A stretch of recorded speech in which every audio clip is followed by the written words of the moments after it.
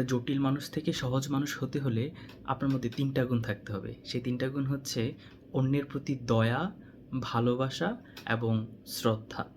এই ৩টা গুণের সমন্বয়ে যে বইটা রচিত হয়েছে, এই বইটা আপনাকে আমি একটু দেখাচ্ছি। সেই বইটা হচ্ছে যে এই বইটা।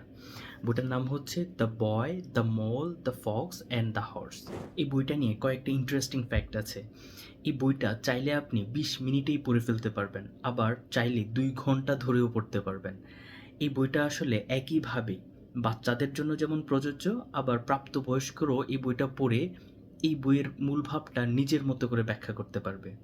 এই বইটা আসলে বই হওয়ারই কথা ছিল না।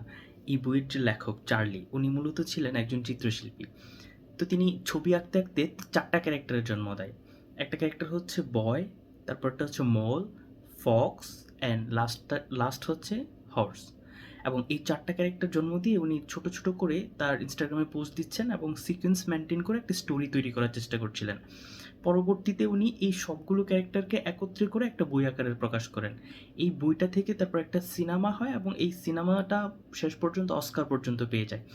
এই ইন্টারেস্টিং বইটা চাইলে আপনিও পড়ে ফেলতে পারেন এবং আমি যদি আপনাকে এই বইয়ের পেজগুলো একটু দেখাই, এই যে দেখেন সবগুলো কিন্তু ছবি। সো মজার বইটা চাইলে আপনিও পড়ে ফেলতে পারেন।